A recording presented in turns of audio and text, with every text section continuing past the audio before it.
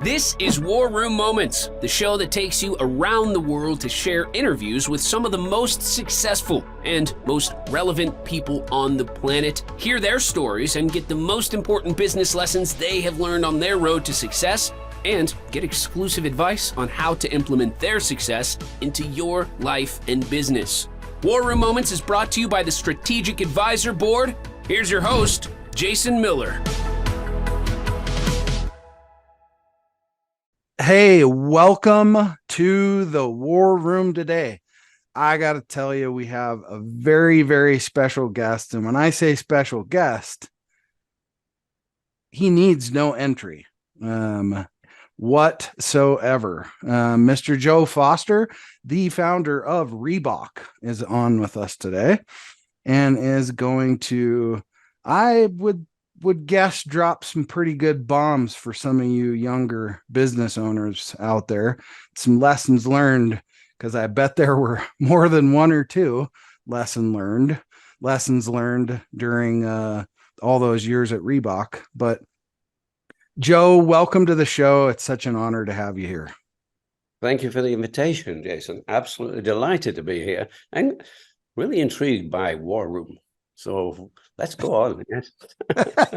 Let's go War Room on it. How about that? Well, hey, Joe, can you give just a quick brief for those that, I don't know how you couldn't know who you are, but maybe for some of the youngsters that watch the show that don't know who you are, just a quick 30-second spiel about who you are, and then we'll get into your story. Okay, well, I'm Joe Foster. My brother and myself, my brother was Jeff. We, in 1958, left the parental company to set up our own company, which eventually became Reebok. And the story is, why did we do that? And how did we become Reebok? And why did Reebok become number one? Can't wait to hear the whole story. I want to hear the story that's not on the website. That's what I want to hear. Well, hey, Joe, one of the things I like to ask kicking the show off is, did you come from a family of entrepreneurs yourself? Well, yes, I would believe I did. Okay. But it had a little gap. My grandfather, go back 1895. That's a long time. Yeah, that's a while. He invented the spike running shoe, which was and we didn't have sneakers in those days. We just had track and field and athletics. That's been going on for a long time. So he invented the spike running shoe, and that's great. But he died in 1933. I wasn't born until 1935, but I was born on his birthday. So we shared the birthday and we shared the name. He was called Joseph, and that's why I'm called Joseph, because I'm born on my grandfather's birthday. And during the early part of the 20th century, he was great. He had gold medals, world records in his shoes, Chariots of Fire, the film. The athletes who won the gold medals that had been immortalized in Chariots of Fire actually wore Joe Foster's spikes. So that was great, fantastic. And he had two sons, James, my brother, my father, sorry, and John, my uncle. And you call it a war room. That's what they entered into a war with each other. Oh, boy. Grandfather had built a wonderful company, supplying many of the soccer teams that you may well know in the UK, Man United, some of the big ones, Liverpool, supplied them with their boots. But they lost that business. And by the time Jeff and myself, we came into the business. Jeff came in early. He was 2 years older than me, and he started straight after secondary school. I did a bit of college work. So when we came into the business, that was okay. We were kids. We were young. We were not too interested in business. We were more interested in the girls and enjoying ourselves, some fun, as you do. And then, this is not long after World War II, so they called us up to do national service. National service just takes you away from home, gives you a change of mind. You've got to be more self-sufficient. You look at things in a different way. When we came back after 2 years, it was very easy to recognize a failing company.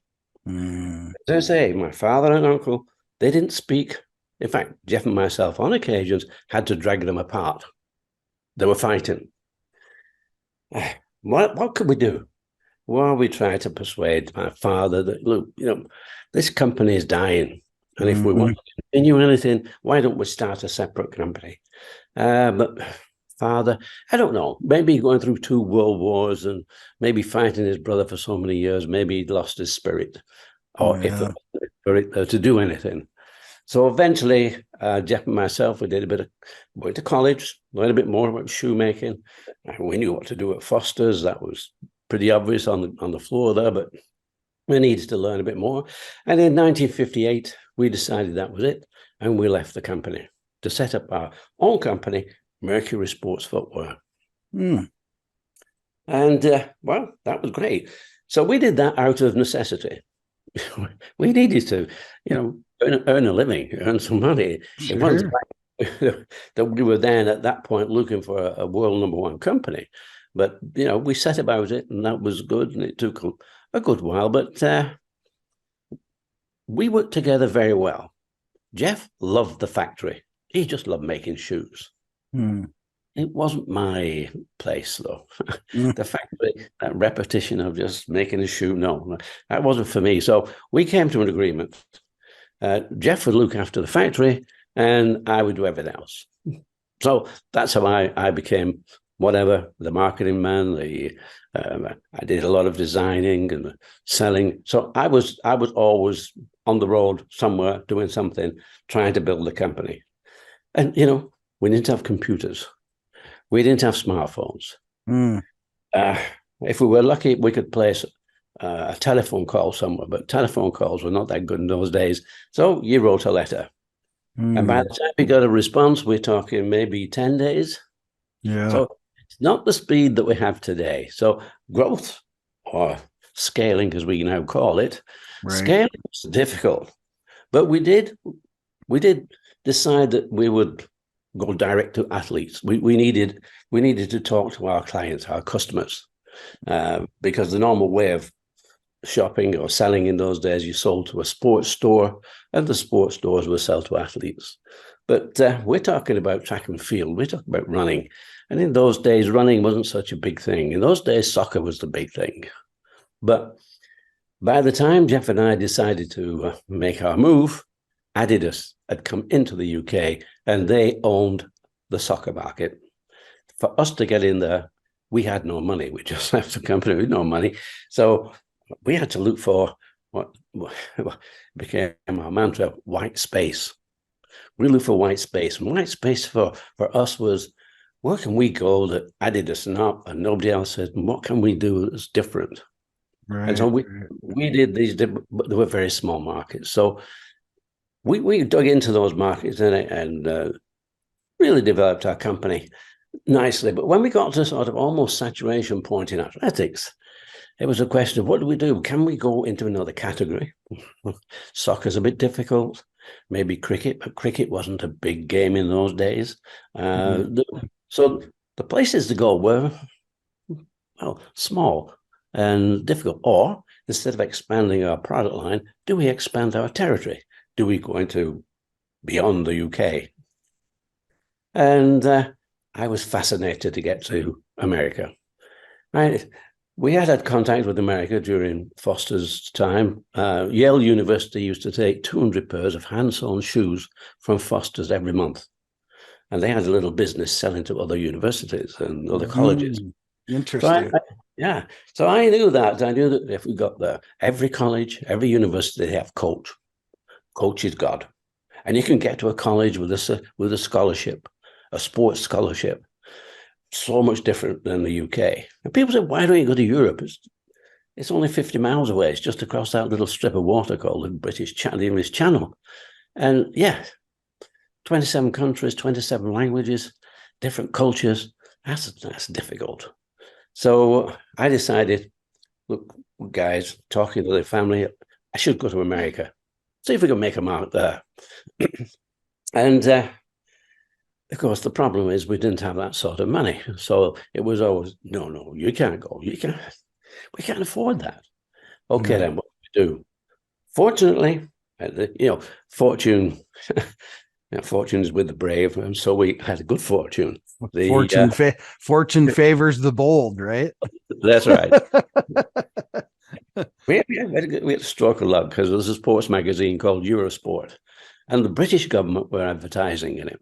And they were advertising, we want you to export. This is a sports magazine. We want you to export, and in particular to America.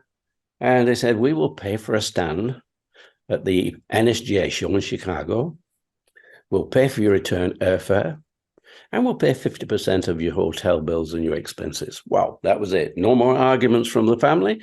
Joe, you can go. You're off to America. 1968, I went for my first time to Chicago in February. You will know what Chicago's like in February. Oh, yeah. Boy, that's... Yeah. I grew up in Montana, so I'm very familiar with that northern freezing cold weather. And absolutely.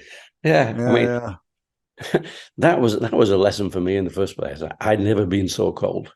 Incredible. However, the show was hot, the show was good, very good reception, but a lot of guys were saying to me, wow, love your product. Where do we get this from? And I'm saying from England. And they say, well, is that New England? No, not New England. You know, across the pond, you know. Oh, near London. Yeah, near London. Well, that was great, but unfortunately, America's a big continent, self-sufficient, and none of these guys wanted to go to that problem of importing a product. Sure. So they said, look, when you get a distributor over here, we'd love to buy your product. And when did I get a distributor over there? This is 1968. I got my distributor in 1979. Wow, that's a big gap. Holy crap. That's a big gap. Jeez. He wasn't the first. I had 6 failed attempts. 6 times I got a guy and we were trying. Failed every time. What do we do? How can we change this? Luckily, running became something big in America. Out on the streets, people wanted to keep fit, and so many people wanted to keep fit. All of a sudden, they'd come along, well, why don't we do races, a 5K, a 10K, a half marathon, and a marathon? So this was growing immensely, and with it, apart from Nike growing with it, Runner's World came out with a magazine. Oh, yeah, that's right. That's right. And that magazine, when it first came out in the very late 60s, it was a single A4 sheet of paper, which told people where some events were. By the mid-70s, it was a full-color, 60-page, wonderful magazine, and everybody bought it. So, you know, we'd probably by that time, maybe 20, maybe 30 million Americans out there every day running and buying this magazine. Mm-hmm. So this was the difference. And Bob Anderson, who published magazine, I went to see his office in Los Altos at one point. He was so influential, he thought he could tell everybody which was the best shoe to buy. It wasn't Reebok, of course, that he told everybody was the best shoe to buy. It was Nike. So no surprises. It was Nike, right? Yeah, right. Okay. Right. So then we have Phil Knight, nice company, growing nicely. All of a sudden, maybe 20 million people wanted to buy his shoe. But he's bringing those in from Japan and the Far East. Could he get the product? No. That was the big disappointment. He had the demand. The retailers wanted the product. The athletes wanted the product, or the runners wanted the product, and no, big failure. Mm-hmm. And so next year, Bob Anderson, he changed that. So he put another number 1. But again, it was the same problem. Everybody's bringing the product in from the Far East, couldn't meet the demand. Okay, Bob Anderson gave up, threw his hand and said, look, let's change this. So he changed it to star ratings. So instead of him saying, you're the number 1 shoe, he said, look, 5-star ratings. We'll give ratings to the shoes. So you'd be 5-star would be the top, 4, 3, 2, 1. And of course, that meant that we could get 3 or 4 5-star rated shoes. At that point, I thought, we're in this business. we can get one of those 5 stars. Mhm. Obviously, we sort of flying high, probably fighting above our weight, but thought, we'll go for this. And we did. In 1979, we got the 5-star ratings. But earlier that year, I was back in Chicago in the January. The shoe edition of Runner's World didn't come out until August. Right. But by that time, I mean, this running game was getting so big that everybody wanted to be in. Came to my stand and wanted 20,000 pairs. Mm-hmm. Biggest order we'd ever had. So I was okay. And I met Paul Feynman. Paul Feynman was running a small company called Boston Camping. And he'd been running it with his brother and his brother-in-law for about 10 years. And the progression, being able to scale that was like difficult. You know, Sure. he grew probably 5% a year, and he was getting tired. I could tell he was getting tired. And he came onto the stand and said, "Joe, we'd love to get into running shoes." I thought, okay, Paul. And I could talk to Paul. We had a good chat. He said, "If you can get 5 stars, I'll be your distributor." I went, "Look, Paul, come and have a look at the latest shoe." Yeah, so I took him to my latest running shoe, the Aztec. "This is going to be 5 stars." I said, "This is going to be 5 stars." Sure. Sure. Here's something though that I want the audience to like catch on to, because we're talking 79 now, right? 1979. So let's go back to when this started. There's a lot of years in between that. And one of the lessons I want people to take away from this is what you've talked about so far is business takes time, right? There's, this instant gratification stuff that we live in today and all these things. When you started your company, you didn't even have the choice of instant gratification, right?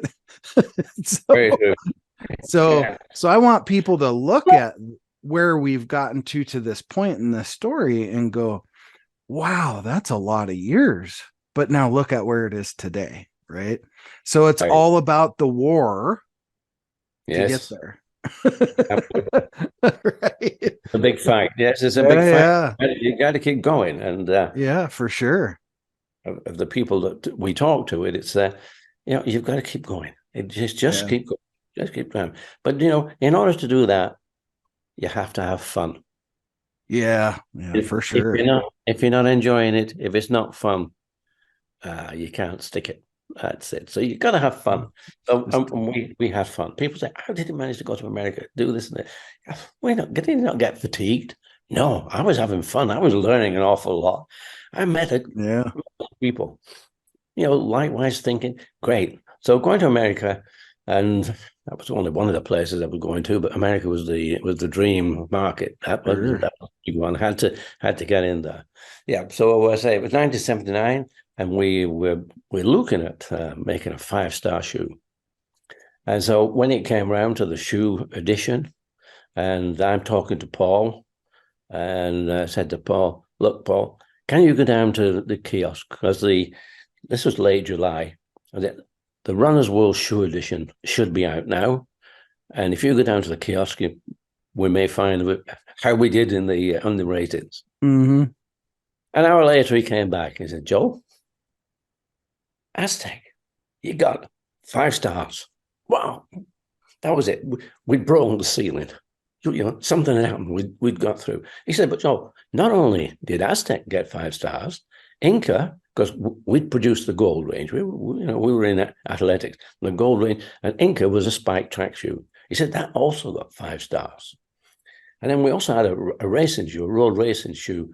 What was my road racing shoe called? Roadstar? No. Which one? I've got my memory here. You're multitasking. I got Inca and Aztec and Midas. Yeah, something. Midas. Okay, Midas was our racing shoe. We got 3 5-star shoes. That was it. Instead, for 10 years, I'd been pushing to get in. Mm-hmm. I supplied Frank Shorter. Do you remember Frank Shorter? He was one of the best distance athletes. You see, I go back that far. Frank Shorter was one of the best distance runners in America, and Bill Rogers. Bill Rogers, another one, supplied Bill Rogers. You know, they actually bought our shoes. Right, they were happy to import and running them. So we had some top athletes, and in late 1960s, Ron Hill, who was probably one of our best marathon runners ever in the UK, he won the Boston Marathon in record time. So he broke the record for Boston Marathon. So we had credentials. But even though we had those credentials, pushing was difficult. And that's why I had these 6 attempts. Good guys, one in LA, one in New England. There was a guy in Thousand Oaks. But they couldn't make it. They just couldn't get through that barrier. But now, wow, 79. Everybody's reading this magazine, and Reebok. Yeah, wow, Reebok, 5 stars. So now we were being drawn into the market instead of having to push, being drawn in. Was that kind of your first lift, you would say, right there? I mean, that wasn't a lift. That was an explosion. We took off. It was like a rocket. Suddenly, they lit the blue paper, and off we went. I mean, that was it. Oh, wow. What a problem that gave us. We had a small factory. The factory could probably do 2,000 pairs a week. We needed 20,000 pairs. We needed so many more. So that was the problem. How do you do that? Well, we had to. Do you know the Barter Shoe Company? Have you heard of Barter? No. And you know, if we were going back now 30 years, you would know Barter as the biggest shoe chain in the world, and on every street in every town in America, they were big there. The unfortunate thing is that's all they were. They made shoes for the millions. Nothing aspirational. They were just good price, good whatever. And believe it or not, they're still, by volume, they're still the biggest shoe company in the world by volume. But they're big in India and Latin America. They're really big in both those territories. However, they were big in the UK in those days, and I had a friend there. And it's good to have friends in the business. You know, the one thing I learned about the whole thing is that if you need something, go see a friend, because they can put you in the right direction, or they can actually help you. And so the guy at Barter, he said, "Look, if you want help in making the product, we'll make some product for you." So that was my first sort of step outside the factory in making shoes. It wasn't a good experience in the end, but we got volume, and eventually, because one of the problems is Kmart. When Kmart came on the stand, they said, "We love your shoes, want 20,000 pairs, but we need a better price." Yeah. And I said, "Okay," because I knew that would happen. I knew they'd want us to compete with the Far East. So I had seen some people, the agents for the Far East company. I'd spent some time with them, and they were producing samples. So I thought, yeah, we can do that. Meanwhile, Barter had offered to do a quick run. Right. So we're at that. So, and I'm thinking 20,000 pairs. Kmart. I'm not sure. That's a big leap, and you know, they'll rate us by how good we do in so many square footage of selling space that they give us. Yeah, right. And if we don't come up to the standard they want, that will be our first and last order. So Paul Fireman, who I had met down there in Chicago, and I'd called him, and he told me what we got. I thought, well, he's got good experience, and he's hungry. He needs something different. He just needs something different. So, okay, I'll go with Paul Fireman. Rather than the 20,000, let's take the step at a time instead of trying to do this massive leap. and so that was it. We started off with Paul. We did get the first lot of product from Barter. Unfortunately, it didn't work that well. At that time, there were new materials coming in. One was called EVA, which is an expanded, not rubber, an expanded plastic. And Bata was so big, they had their own rubber factory. They produced their own rubber, and they thought they could produce this plastic. They must have been 5 minutes short on some of the production, 5 minutes short of curing it properly. Because what happened if it's uncured? When you put weight on it, it just collapses. It needs to be cured properly. Mm-hmm. So we had a lot of these shoes that were just collapsing. But all that Paul did, whilst we were distraught at this, Paul just exchanged them. He just gave them a new pair of shoes and took them. So probably good 5% were failing. However, we soon got into the Korean production. We soon got that. But the problem is, whilst Bata would give us a credit line, when you go to the Far East, you don't get a credit line. Right. It's all done on letter of credit. So you have to have a bank which is going to support you. And banks were very cautious in those days. So, and we didn't have seeding money. We didn't have angels. There was nothing around. But this guy, he was a friend of a friend that Paul knew in America. And he's a Brit called Stephen Rubin. And Stephen Rubin, he ran Liverpool Shoe Company. And what they were doing, part of their product, they actually sourced product from the Far East. So that was their role, sourcing product from the Far East. So we came to a deal that he would give us not a credit line. He would give us credit. He would supply the product and give us a 30, 60-day credit line. He got a bit nervous when we got to $20 million, but apart from that, he was earning nice money off the bottom of that. And we started growing up. Here we go. This is it. We're in the company. Right? We're in the company. And was that like your on your way moment then at that point? Do you think? There were so many on the way moments. I mean, just getting 5 stars. Just getting 5 stars was on our way. It was then the dawn. Well, I had to realize that if we got 5 stars, the demand, because it was obvious from what Phil Knight had been through before that you can't just turn a tap and get the product. I've been working with Bart. I've been working on how do we fit the product in. But I mean that was going big, and so we were doing very nicely. And then I picked this up later. It wasn't intermediate, but Arthur Martinez, he was our tech rep, and he was down in LA. And his wife Frankie, she was going to these classes, coming back with her friends. Oh, we're full of it. Oh, this is great. And Arnold's saying, hey, Frankie, what are you doing?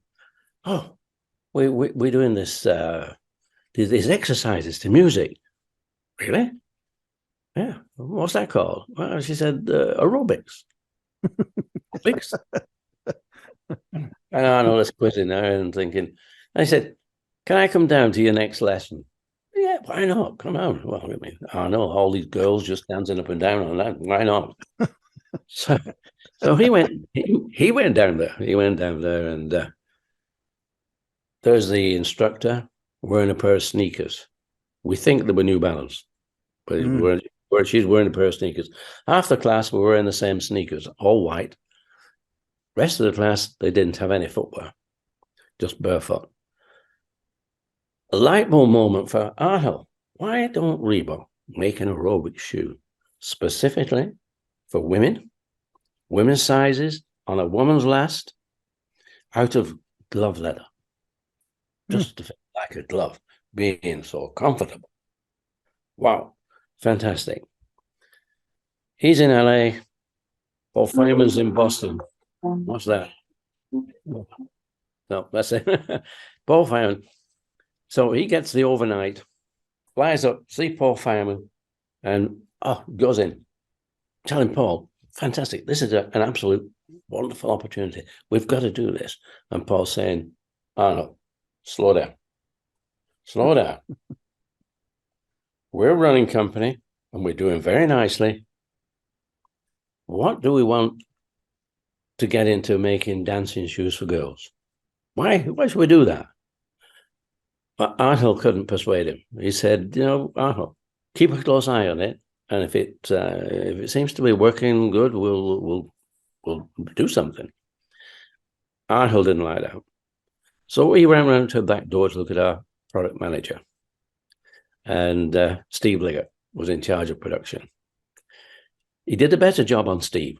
He persuaded Steve to make him 200 pairs of this shoe with nice white shoe, Reebok, and just that little English flag on the side, the Union Jack.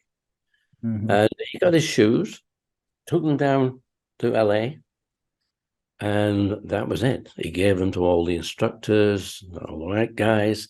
And when Jane Fonda actually went out and bought a pair, she used those on her videos. Wow, that was it. We couldn't stop it. That was a tsunami. It just exploded. Yeah. And we went from we were a $9 million company then, healthy but not big. Right. In 4 years' time, we'd grown to 900 million in 4 years' time. And of course, that gave us another problem. How do you take your product, which we knew had grown a lot from when we were producing it in the UK? How do you go from 9 million to 900 million? How do you get the product? And that was the amazing thing. We had this guy in the UK who was now he was happy with giving us a good credit line because it was paying him nicely. Sure. But how do you get the factories to turn on that extra? We were taking millions of product a month. Right. 4 or 5 million pairs a month we were building.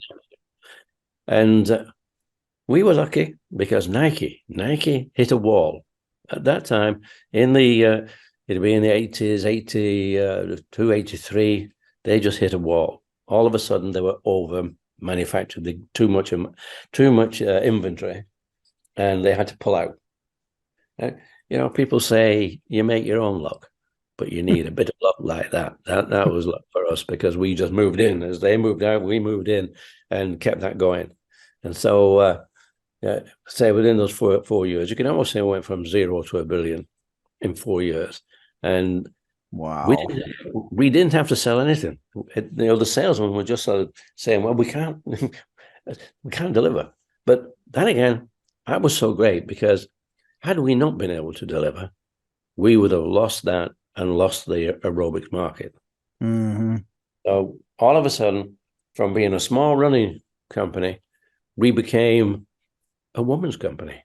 We were aerobics, and women did it for us. And the men were looking at these products and thinking, why can't we have those? But we didn't make them in men's sizes. And that again was a very good marketing strategy, just making them for women. Eventually, we sort of got into women. In the early days, as I said, they were made of glove leather. I only found out they were made in glove leather when somebody phoned me and said, "Joe, we're having a problem with production. Can you help us?" And why? What's the problem? Well, these are aerobic shoes. These what? Aerobic shoes. No, I've never heard of aerobics. What are you doing? I'm running global. I decided long ago, when we got to America, we needed an American in charge. We needed CEO Paul. No good me trying to do anything. Paul, you do it. Get on with it. So nobody told me about aerobics in those very early days. Right. Yeah. So I said, well, what's the problem? Well, we're making this in glove leather. Glove leather? And I'm saying, we never, but I'm thinking, no, we did make shoes out of glove leather. But what we had done, we had a marathon racing shoe, very light, very comfortable. But we used the leather suede side. So we used it inside out. We didn't have to work on the leather to get the adhesive to go into it. They were using the skin side, as it were, the flesh side. And in order to get the adhesive in there, they had to take the surface off. And of course, you think glove leather is 1 millimeter thick. 1 millimeter. Yeah. And once you start working on it and taking that surface off, you're ending up with 0.75 of a millimeter, 3/4 of a millimeter. Wow. And there's no strength left there. That's pretty thin. That's pretty thin. And it can tear it like paper. I bet. Yeah. So I learned a lesson here.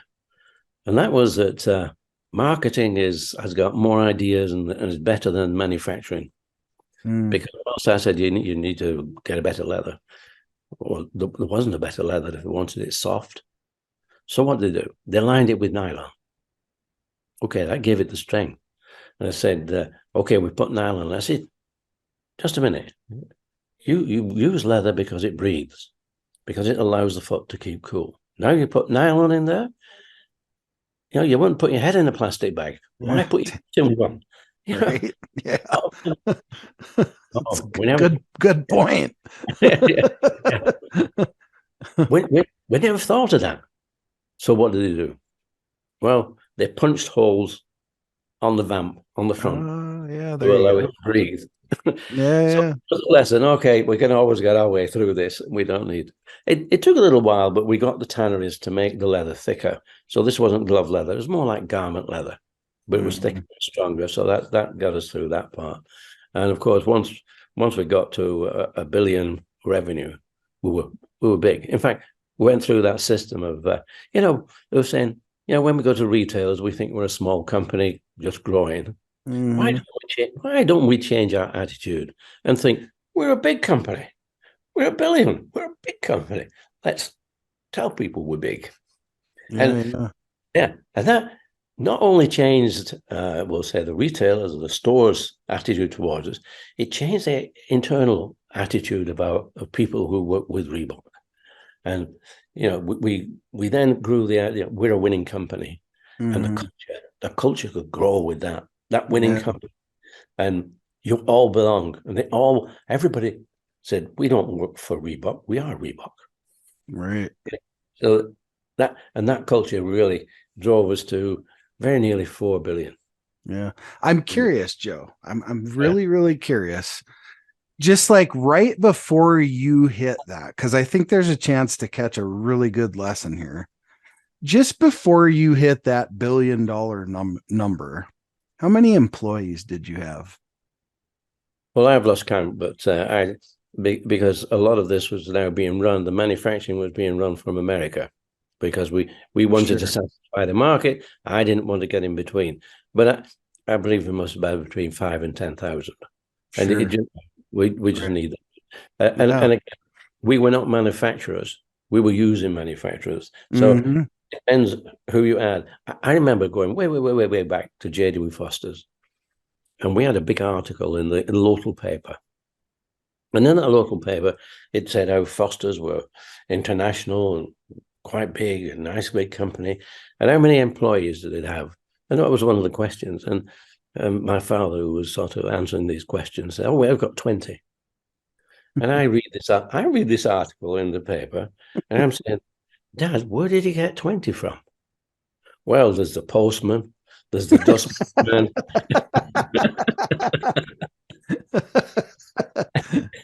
So he included everybody. So when it comes to numbers, wherever they are and whatever they were doing, that's funny.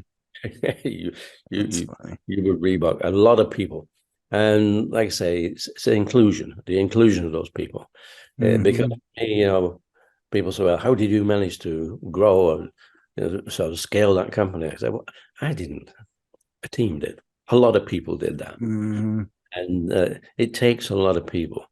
I stepped back at the end of 1989, because by that time, I knew a company when there were just two of us, and now we've got thousands. We've got so many lawyers, so many accountants, and so many people in between handling the product. So it gets to a size where it becomes corporate. And I guess I was probably not made out to be a corporate man. I would have never guessed, Joe. There you go. So for me, it was time. I was 55, and it was time then to just step back and, come on, guys, you get on. We're really winning this race, and we're doing very well. So it was time to step back. And but what you do, what I did find out anyway, that although you can step back from a company, you can't become disassociated. So I've remained there all the time, because the one thing about a founder is that you can replace any other role in the company, but you can't replace a founder. Right. Very true. Yeah. But we had tragedy along this road. We had just got those 5 stars, just got into America when unfortunately my brother died.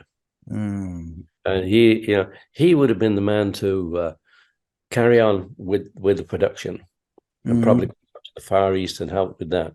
And that's one of the reasons that we decided to take it to America. I let America run that because they were we'd keep the gap short. We didn't want things to go around to the UK and lots of things, and then pass it on to America. It didn't work. That's why we had the production team. We sent our designer out there and 1 or 2 other people. Look, you go and set up a little office, an international office in Boston, and I'll look after the rest of the world and start to build that. So certain decisions were taken because it made sense. It made sense. You don't want your finger. Probably I should have had my finger on the pulse a bit more when they started making shoes out of glove leather, but you can't be everywhere doing everything, and you've got to give the responsibility to some people. And it was good. They came to me and asked, "What can we do?" And so we worked it through, and that was fine. And the company just developed and grew, and we got to the point where we overtook Adidas, we overtook Nike, and we became number 1. So, and that was the time when I stepped back. And we become number 1. Where can we go now? Right. I'm happy we're number 1. And that's amazing in that world, right? Because that's a really competitive space. So to sit on that top, right? That's a pretty good feeling, and it's almost like it came at the perfect time for you, though, right? Where where you were, kind of ready to put the sword down a little bit, right? And came at a perfect time for you, that's awesome. Awesome to get that. I knew it was time to not walk away, but let's step back. Let's step back. That's part of the everyday structure and the everyday working at the company. I think you have to be able to understand and take that when you're in something as big that's grown like Reebok. But there's a different. Although we kept the culture, we needed to keep that culture, to keep it personal, to keep it a culture. But of course, you needed so many people, because now, I used to think that when we got a big company, we wouldn't have all these legal problems that we're seeing to go through all the time. Somebody's suing us for this. This is all. You got legal. I thought, no, when you're big, you don't need it. No, the bigger you get, the bigger the legal problems. Yeah, I'm sure. I'm sure of that. That's right. Yeah. And so that needs a special way of looking at it. But as I was saying earlier, the important thing is to have fun. And they used to ask the question, Joe, what 3 most important things when you in running the company? I said, well, the first thing is you've got to have fun. You really have to. That's got to be. Second thing is you must have more fun. The third, it's got to be an absolute hoot. It's got to be so. It's great advice. Really good advice. No doubt about that. I'm, and for the audience, that didn't maybe catch a lot of those lessons through there, think about it. Fun, more fun, and absolutely a hoot. Those are the 3 things that will take you to success right there. And, it's funny because a lot of people think it's all the wrong things that are going to take them to success. And if you don't, I'm not saying you got to absolutely love what you do. You don't have to love it, but you definitely got to have fun, and you got to wake up every day jazzed about doing what you're doing. If you're going to hit any kind of pinnacle, there's no doubt about that. So thank you for that.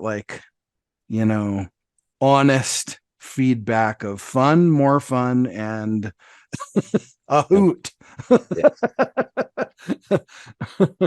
That's awesome. Well, what's Joe up to today? What are you up to today? And well, I'm sure you pretty well know the what has happened, because I stepped back in the end of 1989, so maybe early 1990.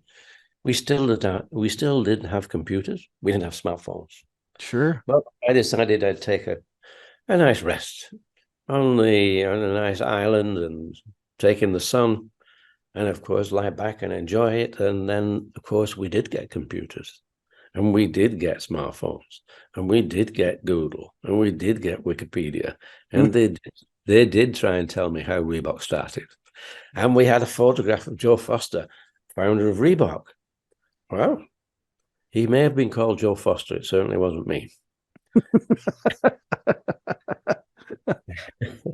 So I'm thinking, well, what's all this about? And that inspired me to say, oh, okay, I'll write. A lot of people said, Joe, you want to write your story? Don't know. But this inspired me. This made me, I'd better write the story. I'd better get this story straight so that people don't start inventing what happened. Yeah, right. Which is what they did. And there were so many inventions. In fact, one of them was the fact that the grandsons of the founder of Jeffery Foster took over the company and changed its name. Well, it was far from that. We had an incredible journey. We started off as Mercury Sports Footwear, and 18 months later, our accountant said, Joe, you're doing great. You better register your name. What? Register the name? Why do we need that? Oh, he obviously knew I needed a lesson here. If you don't register your name and somebody said, that company Mercury, they're doing very well, we'll make some Mercury shoes. And if they start making Mercury shoes, and then you get the question, who owns Mercury? Well, that's easy to answer. So we used a patent agent, and the patent agent said, well, we'll give it a try. And he came back with the answer, Lotus and Delta, British Shoe Corporation. They have the name. They're not using it, but they've got it registered. Well, I said, can't we just claim it? Yes, yeah, you can claim it. Okay. He said, but they've offered it you for £1,000. Well, £1,000 today, it's like small change. That's nothing. That's almost in your back pocket. In those days, we just set our whole company up with machinery and everything for £250. We could buy machinery, and they wanted. Wow. So I said, sorry, can't. We can't pay £1,000. So if we take him to court, what would that cost? And he said, £1,000. So we stuck. We could either buy it, nor can we take him to court for it. So he said, well, you've got to change your name. This was in May, very nice May. It was very nice and warm, remember that. And he had his window open. Mm-hmm. And he pointed, who did he point to? Kodak. Oh, that was it. He pointed to this sign, Kodak. Oh, the film company. Yeah. I said, what's with Kodak? He said, they invented the name. They made it up. So the best name that you can bring me is a made-up name. He said, but don't bring me one name. Bring me 10. And I said, 10 names? We've got to be in love with this. This is our company. He said, I need 10 names because you put them through the register and you'll be lucky if you get one of those 10. Mm-hmm. So I went back and we sit around the table when we started, trying to make a name. I mean, you must have done this. You said, what company? Yeah. What should we call this? And you get some very, very funny sort of names coming out. And but we came out with, I think one was Cougar. Yeah, Cougar's a nice name. We went down the animal and bird sort of way and got a lot of names there. Now, I'm sitting next to my dictionary. I have a dictionary. I have to take you back to 1943. If I can take you back there. Yeah. 1943, in the middle of World War II. And I'm 8 years old. Just 8, which is 80 years ago. I was 8 years old. And as with COVID, nobody could go anywhere. Couldn't travel, no lights on, everything set. But we did have local events. And we had a local running event in the summer. And I was entered into a 60-yard race. And I won it. Won the race. I had one big advantage. I had Foster's spike shoes on. Ah, there you go. Yeah. None of the other runners had anywhere near a spike shoe, but I have spike shoes. I saw one. Whether that was cheating or not, I don't know. But I won the race. And I went up, collect my prize. Right, where are we? Oh, what did I get? A dictionary. They gave me a dictionary, and it was an American dictionary. Why? A Webster's, which you know, a Webster's American dictionary. I didn't know it was American at that particular time.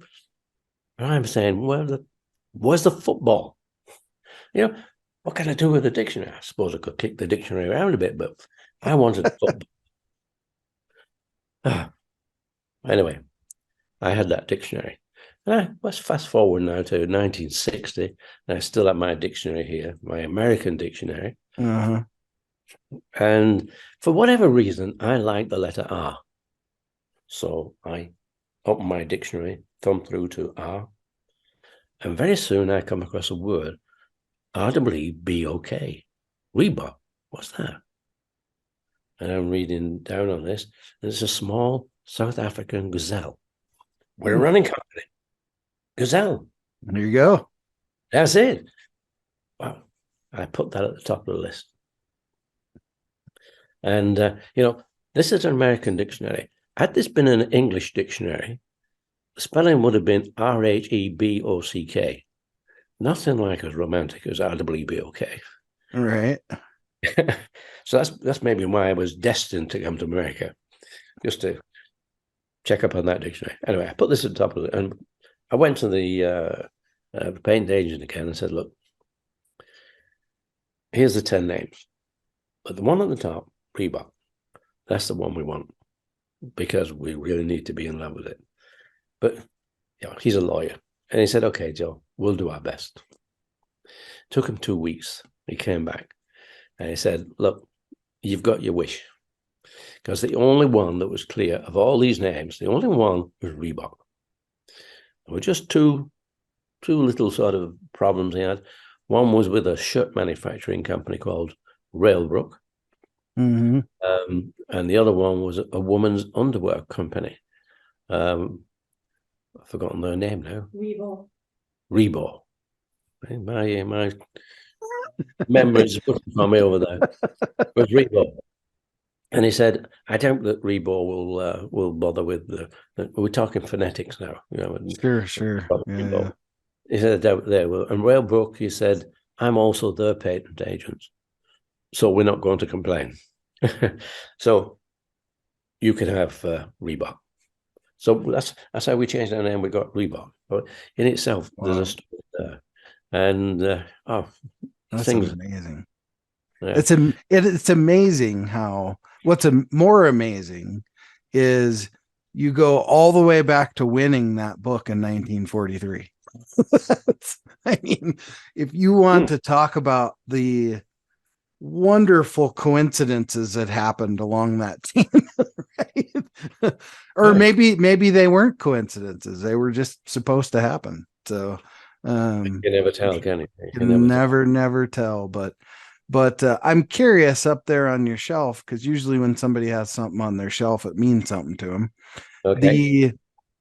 The shoe, what's the significance of that one particular shoe that's on your shelf up there? You know Formula One? You know Lewis Hamilton? I don't know him. No. Lewis Hamilton was a 7-time world champion. Oh, I should probably know that. Yeah, not for the last 3 years, but last 3 years Red Bull have been champion. He was a Mercedes driver, and he won the world championship 7 years, 7 times, and one of those years Reebok had sponsored Lewis. Okay. So he signed one of the high tops. Oh, very cool. That's right. Yeah. And you can see the tennis ball, the rather large tennis ball. That's a friend of ours who is, you may know him, JT Fox. Yes, I know that name. Yeah. Well, we were together with him in London, and he went to play tennis with John McEnroe. I think a bit of a charity event, and he brought the ball back signed by John McEnroe. I said, "Hey, Joe, we got that."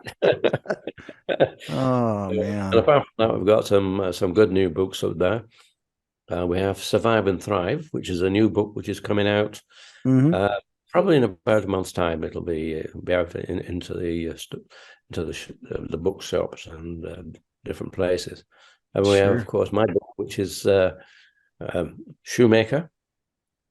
And I mean, we know that Shoe Dog was Phil Knight's book, but see, he never made shoes, so I can have Shoemaker. There you go.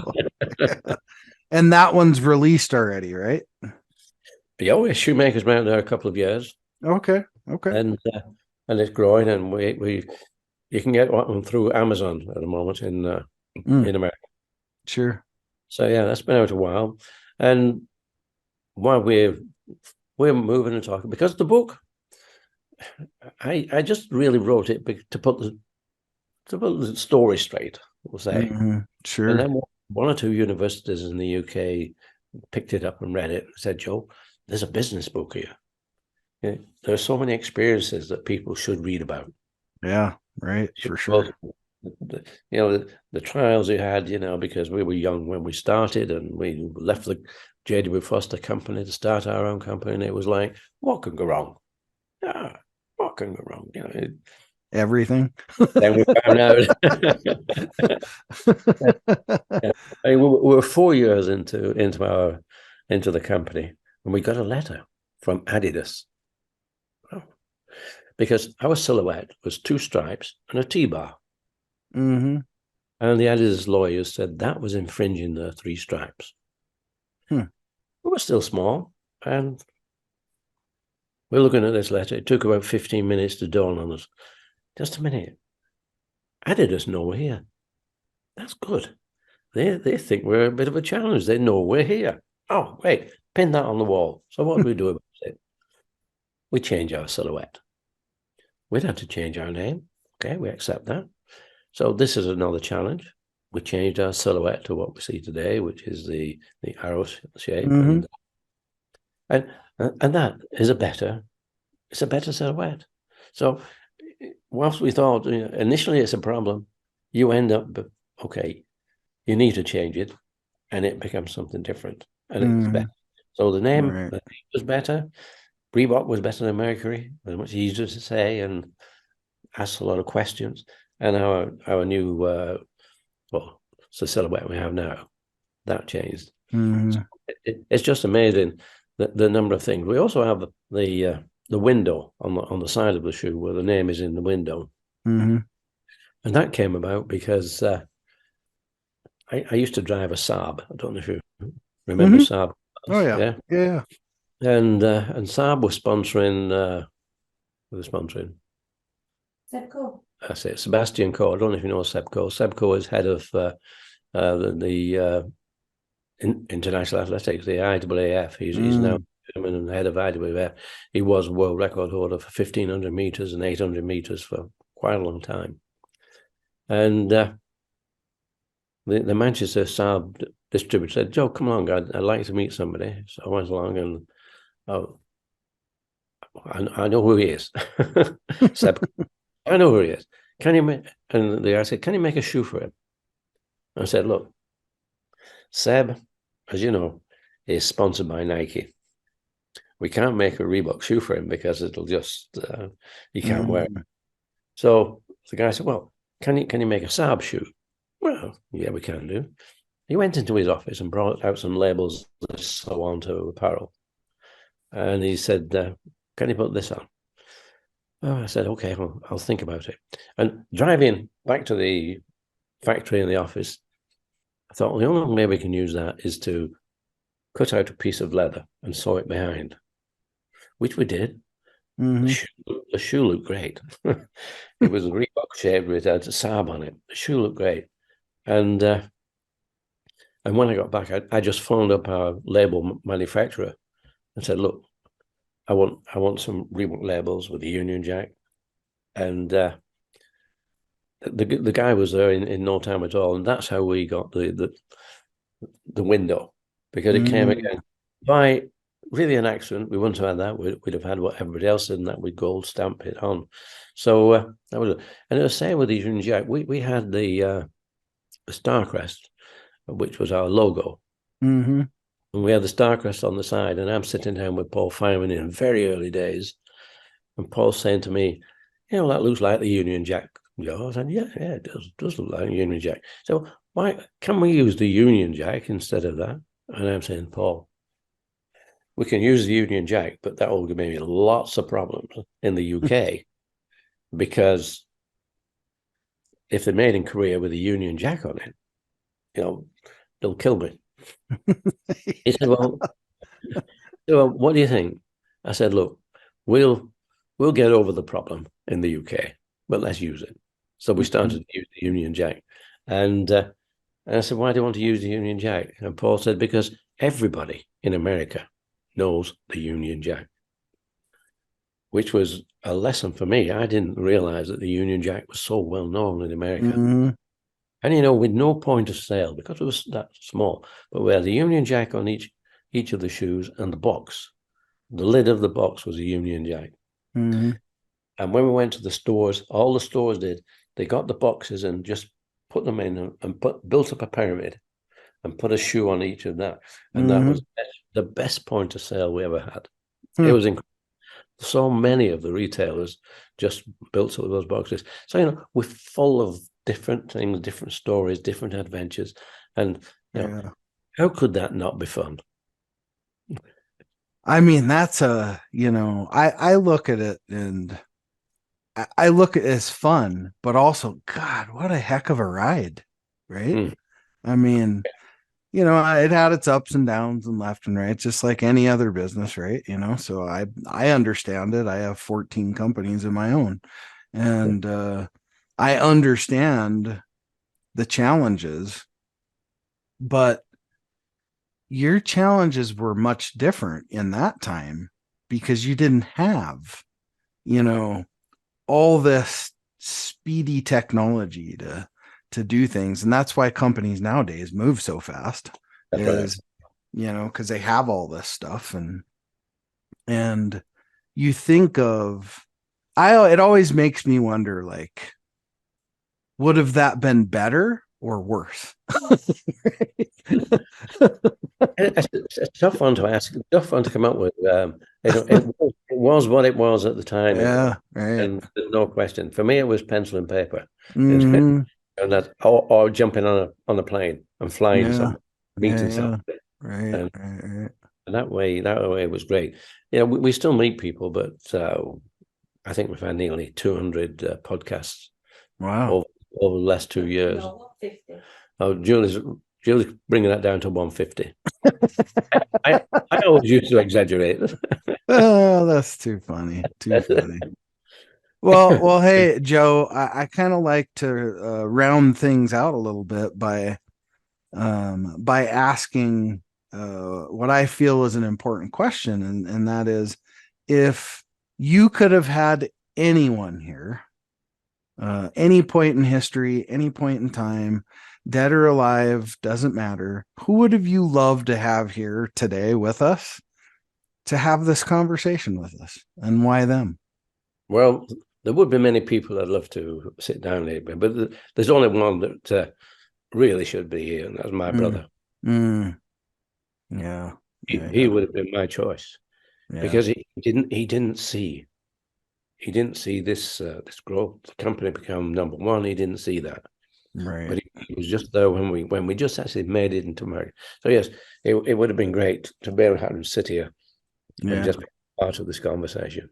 Yeah, because I'm sure he had as many stories of my failings as any successes. Yeah, that's for sure. Well, that's part of it, no doubt, right? It's just there's failure around every corner, and it's all how we react to the failure. That's for sure. And it's just a lesson.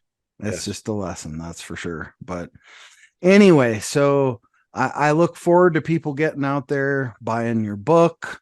You said the new book comes out. When does it come out? New book, Survive and Thrive, comes out in about 4 weeks. Okay, Survive and Thrive. Make sure you go pick it up. It comes out in about 4 weeks. And I can tell you, there's some fantastic stories in there. Some of those stories are incredible.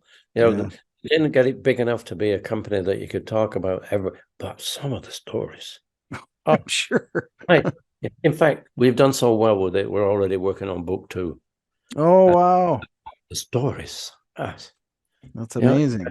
Yeah. One guy was living in a Russian refugee camp. He was Armenian. He was as a child, and his father wrote to the White House every day. Can I come? Can I come? Eventually, the White House responded, and he got 30 days. And from that 30 days, they managed to earn a living and were able to grow. And then the son, he is now wealthy. He has grown into a tech company, and the stories are they're really good. They're really something that you need to see and you need to read. It's fascinating. Yeah, that is amazing. Yeah, I mean, I came from a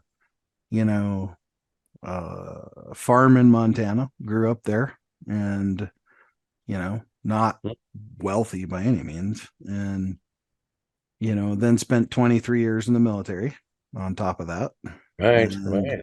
And started some companies in the middle of all that because my parents were entrepreneurial, and stuff. And then from there, I just took off on my own path. And I love to hear stories of, it's not always about hearing about the success, right? It's it's just the struggles. Maybe you should be in book 2. We'll connect. I would be honored to be in book 2 for sure. Incredible. No doubt about that for sure. But anyway, well, hey, Joe, I got to tell you, this has been a great conversation. And I always tell people we all have the same 168 hours in a week. Thanks for stopping by here for an hour and giving me an hour of your time today. For me, it's a blessing to have sat down with you and got to hear your story that comes from you, not by someone else. It's been an absolute pleasure, Jason, and it's been a riot. We've laughed our way through it, and that's nice. Yeah, we've enjoyed. Sure. It's been enjoyable. So thank you very much for that invitation. Yeah, cheers, my friend. Yes.